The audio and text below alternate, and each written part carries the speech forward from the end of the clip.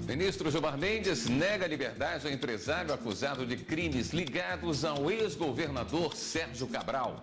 E você vai ver também.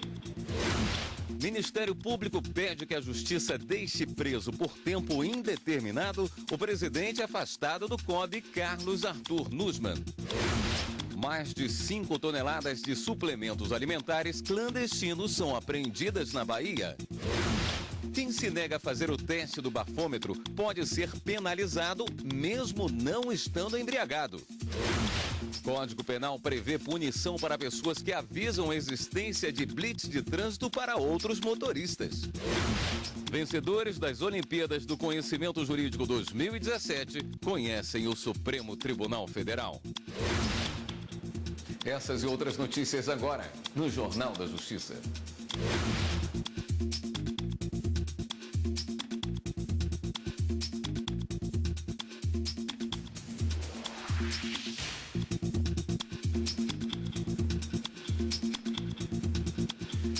Boa noite.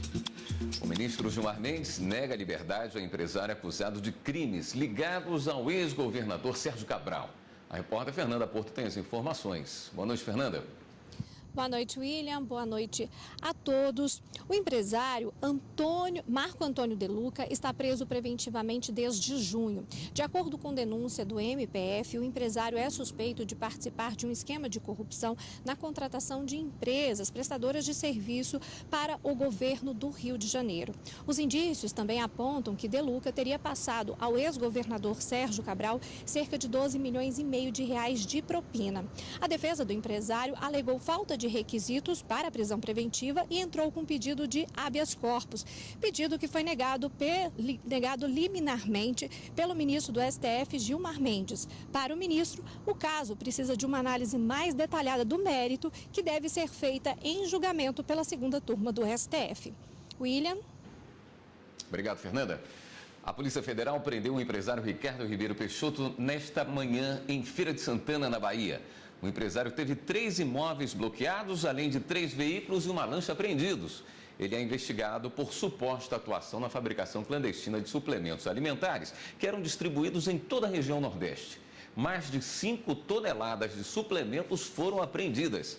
Além da prisão preventiva do empresário, a Polícia Federal também cumpriu 3 mandados de condução coercitiva. Os nomes dos outros envolvidos não foram divulgados. O Ministério Público Federal pediu nesta segunda-feira que o presidente afastado do Comitê Olímpico Brasileiro, Carlos Arthur Nussmann, fique preso por tempo indeterminado. A prisão temporária termina hoje. Segundo os procuradores, Nussmann pode interferir na produção de provas se ficar em liberdade. O pedido será analisado pelo juiz Marcelo Bretas, da Justiça Federal do Rio de Janeiro. O motorista que se recusar a fazer teste do bafômetro pode ser penalizado, mesmo se não apresentar sinais de embriaguez. Este é um entendimento do TRF da Primeira Região em Brasília. No caso, o homem foi autuado pela Polícia Rodoviária Federal por conduzir o veículo em estado de embriaguez e se recusar a fazer o teste do bafômetro. Ele entrou na justiça contra o ato da polícia. Alegou que não foi notificado para apresentar a defesa no prazo legal e nem foi submetido a qualquer procedimento para medir o nível de álcool. Mas o TRF1 entendeu que a simples recusa em fazer o teste do bafômetro, independentemente de apresentar ou não sinais de embriaguez, constitui infração, podendo ser aplicadas as penas de multa e suspensão do direito de dirigir. Aplicativos que informam ao motorista o tempo entre um percurso e outro, trechos com acidentes e lentidão, estão cada vez mais populares. Só que alertar sobre barreira policial e fiscalização, além de colocar em risco a segurança no trânsito, é crime previsto no Código Penal. O Brasil está em 5º lugar no ranking dos países com mais mortes no trânsito, atrás apenas da Índia, China, Estados Unidos e Rússia. De acordo com o Ministério da Saúde, em 2015, 37 mil pessoas perderam a vida e 204 mil ficaram feridas. Ações pedagógicas e de fiscalização têm sido usadas para tentar reduzir esses números. Na contramão, aplicativos e redes sociais, cada vez mais populares, informam aos motoristas sobre as blitzes. As operações, mesmo que sejam voltadas para o trânsito, elas contribuem para a questão de segurança pública, né? Contribuem até mesmo na alcoolemia, que uma pessoa alcoolizada mate né, outras pessoas no trânsito, que pode ser até, de repente, um parente ou até essa pessoa que costuma comunicar nas blitz. Difícil é encontrar quem assuma o uso dos aplicativos. Nunca usei não, mas não é bom não. Não é legal, não é regulamentado, enfim, pode beneficiar pessoas que têm de má fé. Mas quem avisa sobre as blitzes pode ser enquadrado por atentado contra a segurança ou ao funcionamento de serviços de utilidade pública. Este crime é previsto no Código Penal. Qualquer pessoa que atente contra serviços públicos ou de utilidade pública pode responder pelo delito do artigo 265. Pode ser preso em flagrante. Atualmente, tramita na Câmara dos Deputados um projeto que proíbe o uso de redes sociais e de outros aplicativos de internet para alertar motoristas sobre a ocorrência das fiscalizações no trânsito. O texto prevê multa de R$50 mil ao usuário que disparar o alerta sobre a localização de blitz e também ao provedor de internet que tornar disponível esse tipo de conteúdo. A Comissão de Viação e Transportes rejeitou a proposta por considerar a medida inviável. A dificuldade das empresas conseguirem se enquadrar, né, se adequar à nova lei e conseguir não permitir que os dados, né, as informações de blitz cheguem em tempo real na internet. Então, é uma ideia muito boa no sentido de coibir, né, os acidentes de trânsito e fazer valer a lei de trânsito, mas é de difícil operacionalização.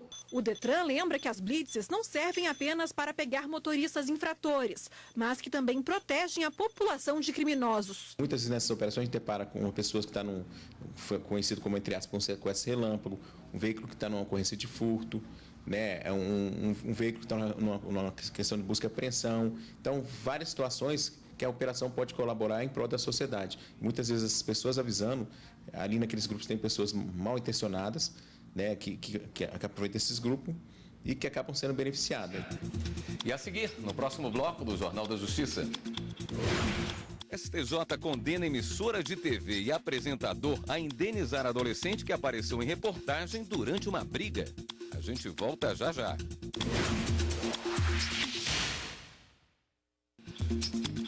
Briga de adolescente vai parar na TV e a emissora e o apresentador são condenados a indenizar o jovem. A decisão do Superior Tribunal de Justiça. A terceira turma do Superior Tribunal de Justiça restabeleceu sentença que condenou solidariamente uma emissora de televisão e um apresentador ao pagamento de R$10 mil a adolescente que teve participação em briga exibida em programa. Por unanimidade, o colegiado concluiu que a divulgação violou o Estatuto da Criança e do Adolescente, o ECA, que proíbe a exposição de menores em situações de contravenção. O adolescente contou que acompanhava a mãe durante um atendimento hospitalar quando se envolveu em uma briga com outros pacientes. A confusão foi filmada e reproduzida em reportagem no programa de televisão conduzido pelo apresentador, que teria feito comentários ofensivos contra ele, chamando-o de covarde e marginal. O juiz de primeiro grau reconheceu o dano moral e fixou a indenização em R$10 mil. Já o Tribunal de Justiça do Espírito Santo negou o pedido de reparação. No STJ, a relatora do recurso especial, ministra Nancy Andrighi, destacou que, apesar de proibida a divulgação de atos judiciais, policiais e administrativos relacionados a crianças e adolescentes praticando infrações, a emissora e o apresentador noticiaram o fato com a completa identificação do menor. Este advogado explica que o ECA protege o menor, independentemente se ele é culpado ou não. Se você associa o menor à pecha de criminoso, ele vai ter dificuldade de se ressocializar, né? Ele vai ser estigmatizado pela sociedade, ele já vai ser visto como um criminoso. É irrelevante a discussão a respeito da licitude ou ilicitude do ato. Este processo corre em segredo de justiça e, por isso, não divulgamos o nome da emissora e do apresentador. O Ministério Público Federal em Mato Grosso do Sul pediu à Justiça que uma aldeia indígena seja indenizada por sofrer com a aplicação de agrotóxicos. Um avião joga agrotóxicos próximo a uma aldeia indígena habitada pelos Guarani Kaiowá. O registro foi feito no celular por uma índia. Olha o veneno. Está passando até em cima de nós agora.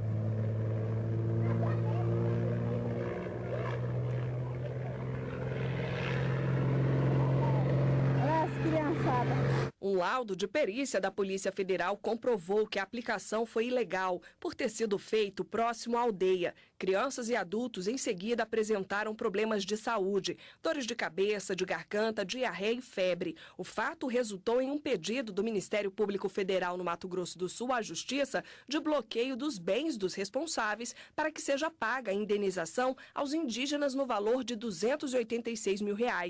Se for determinada a indenização por dano moral coletivo pela Justiça, o dinheiro será distribuído da seguinte forma: cada membro da comunidade deve receber um salário mínimo, o que no total soma mais de R$ 80 mil. O valor será revertido para programas de saúde e educação dos índios atingidos. Os restantes R$ 206 mil devem ser utilizados para acompanhar semestralmente a saúde dos indígenas, a qualidade do solo e da água da área durante 10 anos. De acordo com uma norma do Ministério da Agricultura, Pecuária e Abastecimento, não é permitida a aplicação aérea de agrotóxicos em áreas situadas a uma distância mínima de 500 metros de povoações e de mananciais que abastecem a população. O piloto responsável pela aplicação do produto químico já foi denunciado criminalmente pelo ato. Eleições Gerais 2018. Ainda falta um ano, mas os preparativos na Justiça Eleitoral estão acelerados. A elaboração das normas que vão disciplinar o próximo pleito já começou. Os grupos são formados por servidores do Tribunal Superior Eleitoral e dos Tribunais Regionais Eleitorais. As minutas elaboradas por eles ainda vão ser apreciadas em audiências públicas e analisadas pelo plenário do TSE antes de serem publicadas, o que precisa acontecer até março do ano que vem.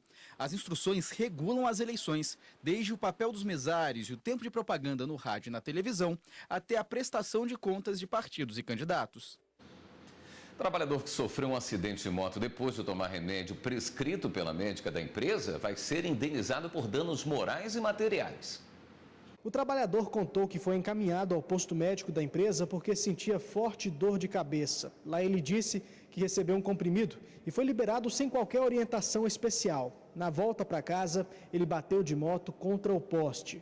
O trabalhador disse que o acidente foi causado pelos efeitos colaterais do remédio e, por isso, seria um acidente de trabalho. O Tribunal Regional do Trabalho do Espírito Santo entendeu que a médica da empresa deveria, sim, ter alertado o empregado sobre os efeitos colaterais do medicamento. Assim, fixou a indenização por danos morais em R$ 8 mil e por danos materiais em R$ 45 mil. Mas no TST, o relator do recurso da empresa na sexta turma, ministro Augusto César Leite de Carvalho, observou que, apesar de a médica da empresa não ter feito o alerta, o trabalhador também contribuiu para o acidente ao optar pela moto, mesmo sabendo que não tinha condições de pilotar.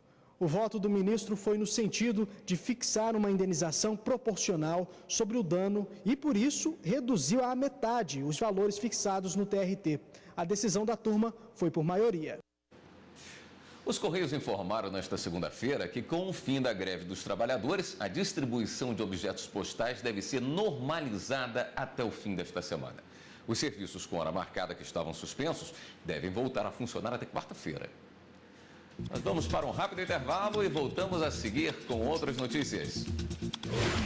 Vencedores das Olimpíadas do Conhecimento Jurídico 2017 conhecem o Supremo Tribunal Federal. Voltamos em instantes.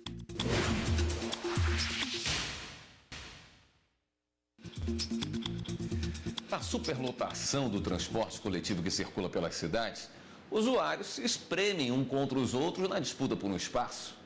E é justamente nessa hora que muitos homens se aproveitam para abusar das mulheres.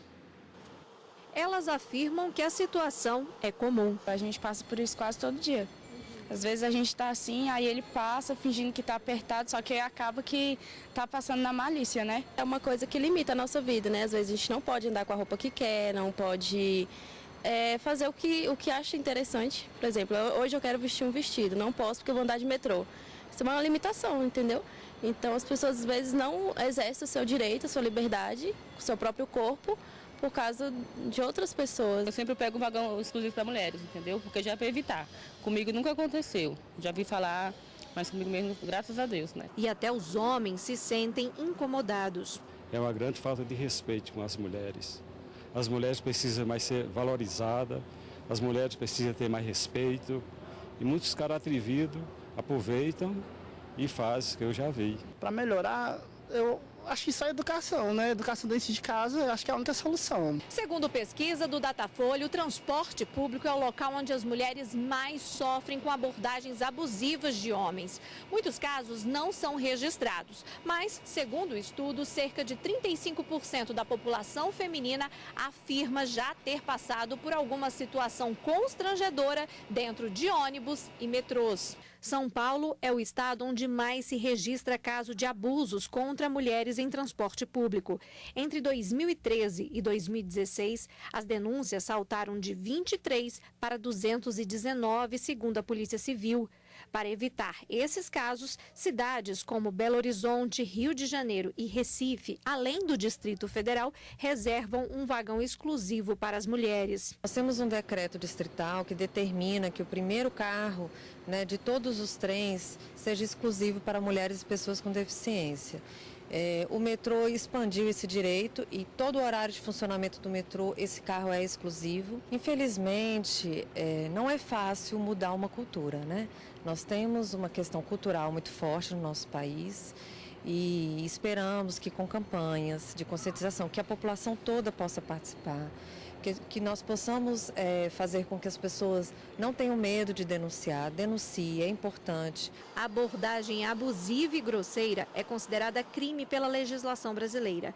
Muitos casos são julgados com base no artigo 61 da Lei de Contravenções Penais e o agressor pode ser condenado à multa. Porque a pena é muito baixa. É uma multa de R$200 mil que vai ser convertida em reais, mas não dá nenhuma detenção ou reclusão. Por isso que algumas pessoas querem enquadrar como estupro, só que aí também a pena já é muito alta, que é de 6 a 10 anos de reclusão. Empresa condenada pelo TST a pagar a um funcionário as diferenças salariais referentes a uma comissão fixada no momento da contratação. No recurso julgado pela terceira turma do Tribunal Superior do Trabalho, a empresa justificou a suspensão do pagamento da comissão, alegando que o valor fixado na negociação seria garantido por prazo determinado. Segundo a empresa, foi negociado com um profissional contratado como vendedor externo, além do salário fixo de R$ 1.547, comissões sobre o faturamento líquido mensal, com garantia de R$ 10 mil nos primeiros 8 meses de trabalho. O profissional, no entanto, contestou ao alegar que, na verdade, foi admitido para o cargo de gerente de grandes empresas, com a promessa de remuneração de R$ 15 mil, valor que seria dividido em uma parcela fixa e outra variável. O registro na carteira de trabalho, no entanto, não foi lançado, com o cargo e o valor acordados. Assim como o Tribunal Regional do Trabalho da 10ª Região, que abrange o Distrito Federal e o Tocantins, a terceira turma do Tribunal Superior do Trabalho entendeu que a alteração da quantia ajustada afrontou a garantia constitucional da irredutibilidade salarial e o princípio da inalterabilidade contratual lesiva. Ao afastar o argumento da empresa, o relator do recurso, ministro Maurício Godinho Delgado, destacou ainda que o valor foi diminuído sem que houvesse mudança das condições de trabalho. São princípios, inclusive, constitucionais, de maneira que não vejo como dar provimento ao apelo. O voto foi acompanhado por unanimidade. Desta forma, foi mantida a decisão que determinou o pagamento das diferenças salariais até março de 2013, data em que o trabalhador foi dispensado pela empresa. Amanhã é dia de fórum na TV Justiça. O assunto do programa desta semana é obesidade infantil. O Brasil tem números preocupantes. 7% dos meninos e meninas com 5 anos de idade ou menos estão acima do peso, proporção que salta para 30% entre as crianças de 5 a 9 anos. Os riscos desse quadro e as saídas são debatidos por 2 especialistas no assunto. Gisele Bortolini, que integra a Coordenação Geral de Alimentação e Nutrição do Ministério da Saúde, e Karina Dezan, estudiosa da obesidade infantil. O fórum é amanhã, 9 horas da manhã. Ministro do Superior Tribunal de Justiça suspende a ordem de reintegração de posse do terreno que abriga o projeto Quixote, em São Paulo. O caso envolve a disputa judicial de um terreno onde foi construído o prédio da Associação de Apoio ao Projeto Quixote, que realiza atividades para crianças e jovens em situação de risco em São Paulo. Os herdeiros de um empresário moveram uma ação pedindo a reintegração de posse do terreno. Mas a Prefeitura de São Paulo sustenta que o local onde o prédio foi construído é área pública, remanescente de uma desapropriação, e que uma eventual desocupação do imóvel pode ocasionar a demolição, causando prejuízo às benfeitorias realizadas. O Tribunal de Justiça de São Paulo havia determinado a liberação da caução e os executores da ação solicitaram o mandado de reintegração de posse.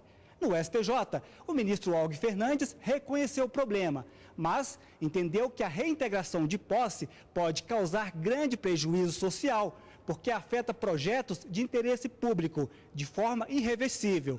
Para o ministro, ficaram demonstrados que os requisitos que justificam a concessão da medida de urgência e, por isso, a reintegração foi suspensa.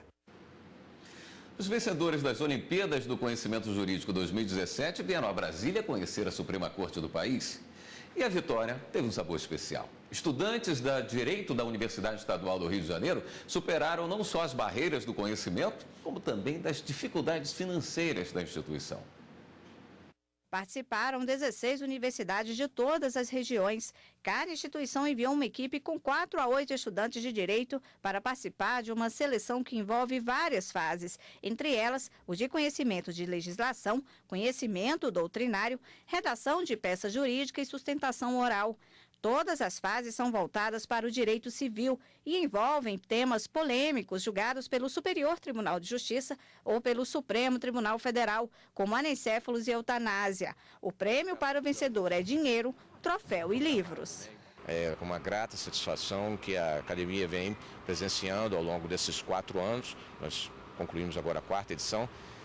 Vem verificando que as universidades que têm apresentado a sua candidatura para o ano seguinte, estimulam seus alunos a estudarem, para a pré-seleção que é feita dentro da universidade, para indicar a sua equipe. Para participar da pré-seleção, onde 8 apenas vão para a Olimpíada, o aluno tende a se aprimorar cada vez mais, tende a estudar cada vez mais o direito privado, que é o grande interesse da academia. A Universidade Estadual do Rio de Janeiro foi a vencedora geral das Olimpíadas do Conhecimento 2017. Participaram 8 estudantes da instituição, cursando entre o 6º e o 9º período de Direito. Essa é a 2ª vitória da universidade. No ano passado, ela ficou em 3º lugar, mas segundo os estudantes, essa colocação se deu por causa da dificuldade financeira enfrentada pela universidade, já que no ano passado os alunos tiveram apenas 4 meses de aula. A líder do grupo, que é veterana nas Olimpíadas, explica que a vitória da UERJ vai além do esforço dos alunos. Tem uma representatividade muito grande para a gente, porque a gente queria mostrar que a UERJ, apesar de toda a crise que ela vem passando, a gente era capaz de a gente mostrar que a UERJ vale a pena, né? Que mostrar, de repente, que a gente precisa de investimentos e se a gente investir, a gente pode ser ainda maior do que a gente já é. Os vencedores vieram a Brasília para conhecer a mais alta corte do país. Eles se encontraram com os ministros e assistiram a uma sessão do plenário pela primeira vez. A gente conhece eles dentro do ambiente acadêmico, é diferente, né? Eles são nossos professores, aqui eles são ministros do STF e você ser ministro do STF é o máximo, né, que alguém que trabalha com direito pode almejar, né? Então eles alcançaram o máximo e a gente queria conhecer o que é estar aqui. Para 2018, a Academia Brasileira de Direito Civil prevê mudanças na seleção de equipes, com provas regionais e aumento do número de participantes.